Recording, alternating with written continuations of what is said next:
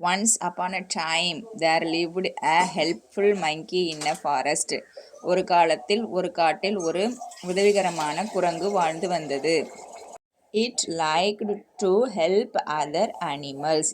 அது மற்ற விலங்குகளுக்கு உதவ விரும்பியது. One day a deer fell into a deep pit. ஒரு நாள் ஒரு மான் ஒரு ஆழமான குழியில் விழுந்தது. The deer cried loudly for help. மான் உதவி கேட்டு சத்தமாக கத்தியது.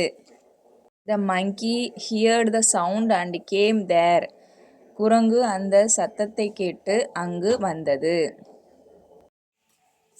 The monkey brought a long rope. குரங்கு ஒரு நீண்ட கயிறை கொண்டு வந்தது. It tied the rope to a tree and dropped it into the pit. அது கயிறை ஒரு மரத்தில் கட்டி குழிக்குள் விட்டது.